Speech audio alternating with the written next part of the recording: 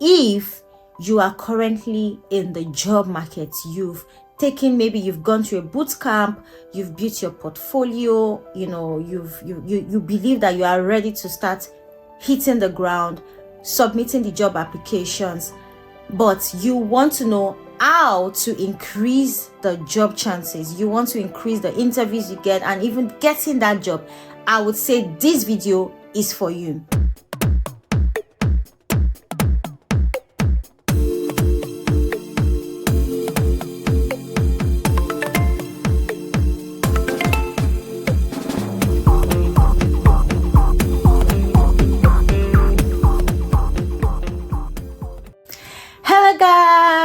Guys, oh my goodness, it's been a long time here. Life has been lifing. Please just forgive me. As some of you may know, I got married over a year now. And I also started a WhatsApp community for data geeks, which is for data newbies and professionals. So we have different groups where we have people who have 0 to 2 years and people who have 3 years above. And what the community exists to do is to help newbies embrace a career in data, and for those who are already in the field, to help them to level up. My name is Oluwayeti. If you're new here, I want to say a huge welcome to you. Whatever has made you to click on this video, let me just tell you that let that thing make you stay because you are in the right place. Thank you for clicking the video to watch, however you found it. And if you have been a subscriber, honestly, thank you so much. There are times that I feel like what I'm saying on this YouTube channel, do people even value it? Do I have an audience? Is it even making sense? Or maybe I should just rest and know that YouTube is not for me, but over time I've actually seen, especially recently, I've seen the increase in the subscribers going higher, and that has really reinforced my confidence, reinforced me to come back here to say, let me just keep going. There are people who want to listen to hear what I have to say. There are people who will find what I say valuable. So I want to say thank you. All of this is to say thank you for subscribing. So what am I talking about today? See, I have a lot of videos for this year, and I believe that it will be very helpful. I started a community last year, and honestly that has given me a lot of insights to how people think, to see where people are, what people are struggling with, and how to address them. And I believe outside of that group, even though we are almost about 1,000 on the WhatsApp community and we'll keep growing, I also want to make sure that I'm able to pass out information that I believe will be necessary for those that have not even joined the community. So yeah, this year is really loaded, so count yourself lucky if you've subscribed. All of this to say that but yeah, honestly, there are many things I've discovered in that community that I believe the content for this year is going to be addressing a lot of that, and I believe that it will be valuable for those that are not in that WhatsApp community. So let's get to the meat and potatoes of today's video. What are we talking about? I'm going to be giving you the secrets to increase your chance of getting a job in 2024. So if you are currently in the job market, maybe you've gone through a boot camp, you've built your portfolio, you believe that you are ready to start hitting the ground, submitting the job applications, but you want to know how to increase the job chances, you want to increase the interviews you get and even getting that job, I would say this video is for you. How did I decide to do this video? Sometimes last year I started a paid course, so we have the free community, and then there is this very inner circle that I've also created for those who are paying for the data. So it is called the Data Power Pack, which is essentially, to help data analysts learn data analytics with Python. So I started this community, this paid community, a minute set of people. I just take 15 people, 15 people per cohort. And with my interaction with this set of people, because I only take 15 people per cohort, actually, just a very small number per cohort, I've discovered that there are things that needed to be reinforced for those who are starting their career in data analysis, or those who have sort of started with a boot camp, but they are looking for how to increase their chance to get a job, especially in this economy that we are. I live in the UK, and the UK is currently in recession. I don't know about where you are living, but there's just this economy turning on its own everywhere. So you really want to make sure that you are doing the right things to get that job. And I did a research for that particular course, and that is what has inspired this video, because I believe that a lot of people will actually benefit from it. So I conducted a research to check out the industries that are the top ones recruiting data analysts, data scientists, or data engineers. So basically I will call it data professionals. So the top industries that are recruiting data professionals. Why did I do this, you may wonder?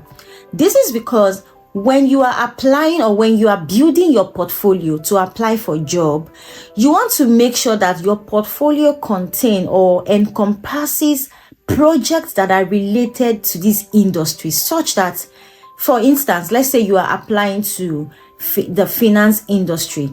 So you're applying to finance industry. You can imagine if we say 100% of your portfolio, 80% of your portfolio, the projects that you have done. So I'm referring to the projects that you have done, the dashboards, the data visualization, the data cleaning, and all of those things that you have done to build a strong portfolio for yourself.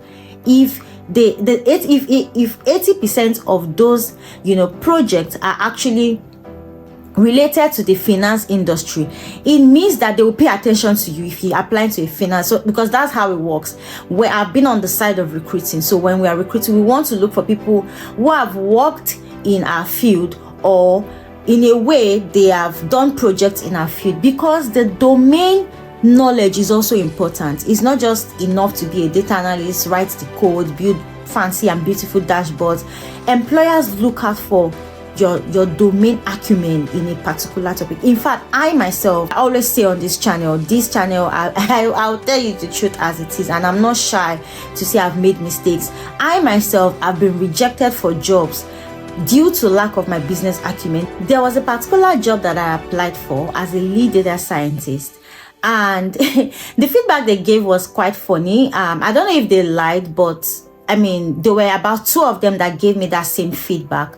So I applied as a lead data scientist, and at the end of the day, I got to the final stage, and they were going to pick between 2 people, and they picked the other person. And when they gave me the feedback, they said it was because I didn't have experience in the finance world. So it was a fintech, company. I'm not going to mention the name, but they specifically said I've not worked in the finance world, and they needed that business acumen as well for that role, because it was a lead data scientist. So it was more like I'll be a team lead for a set of data scientists.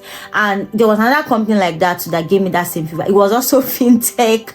In fact, my husband at some point had to say, I think at this stage you have to go and take a course in fintech, so that you have, because truly when it comes to the finance world, I have no idea what's happening in that place. I've worked mostly in health and retail, industry. So that was actually what they said.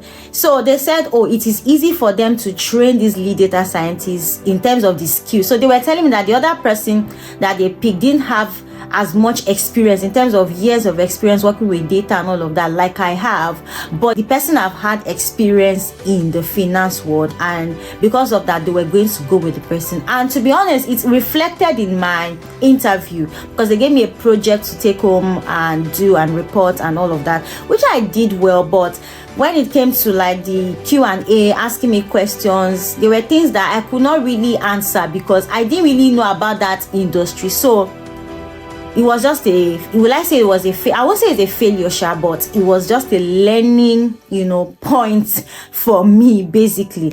So at the end of the day, business acumen is very important. So if you are applying to the fintech industry, for instance, and your portfolio project is retail, health, Greek, the chance is very low that you'll be selected. That's just the truth. That's how it works. I've been at the other side of, employing labor as well, because I work as a senior data scientist, and I can tell you that this is an issue. If you don't have business acumen, if your projects do not contain, something relating to that field, there is a less chance. I'm not saying that there's no chance for you, so that people will not misquote me, but there is less chance, because they want to see that business acumen. They want to see that you understand their lingua, at least to an extent, such that, when you're working with the data, you know what is what. It's not like they have to babysit you to understand that business acumen. So let's go back to the research that I did. So the research that I did was check out the top industries that are recruiting data professionals. So this encompasses the data analysts, the data scientists, the data engineers, basically anyone in the data field. That was what I did. I decided to, look at the industry, the top 5 industries. And when I'm doing that kind of research, I look at different sources. I don't just look at one link and then I just, close my book and say, yes, this is the final answer. I looked at about, I think, like 8 to 10 blogs. Like I went on Google and did a search. I went on LinkedIn and also did my search. And I was able to select the top 3 industries that recruit. What does this mean? Before I talk about, these industries, what does this mean? Because I'm not actually going to mention them. What does this mean? It means that if this industry are on the top 3 that are recruiting data professionals, how does this influence how you build your portfolio? This means that, let's say that the first is industry A, the second is industry B, the third is industry C. It means that when you are applying for jobs, most of the time, let's say today, you want to check out for vacancies in data science, right? Like data scientists. There are people that are looking for data scientists. It means that 7 out of 10 may belong to industry A, or maybe 5 belong to industry A and 3 belongs to industry B. So if you are applying, for a job and your portfolio does not even cover A or B, it means that when you're applying for most of these jobs, your portfolio has not really tackled these domains. And I did that research so that I'll be able to help these learners that subscribe to my course to actually know how to direct or how to channel building their portfolio the right way. Because what I told them was, if you're applying for jobs, it means that if you see this role, 10 of it in a day, 7 of them belong to this industry, and you want your portfolio to actually reflect that industry. So what are the industries? The number 1 is finance. You would have guessed that finance. The fintech industry is booming. There are a lot of startups that are coming out of that finance industry.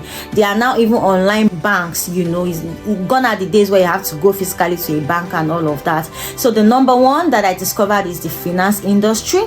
The number 2 is the retail and e-commerce. So this covers people like that have website on Shopify, people that are selling, basically anyone that is selling something, no matter how minute it is. That is the retail business, retail and e-commerce. And the number 3 is the healthcare. And because of the rise of AI and new innovations and whatnot, the healthcare is the 3rd.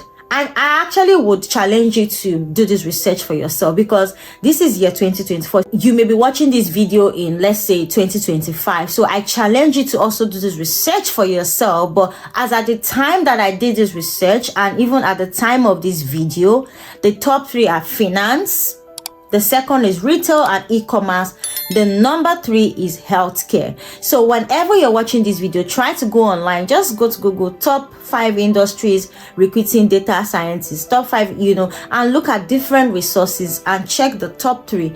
That will help you to know how to channel, building that job portfolio, to know the projects that you can do, where you get the data set. And if you want me to make a video of, where you can get data set, apart from Kaggle, because trust me, employers don't like cargo data. I'll make, that's even another topic on its own. I'll probably do another video on that, because I don't want that to be long. But if you want me to do a video sharing the different data sets that mimic the real life data that you find when you're working, let me know in the comment section.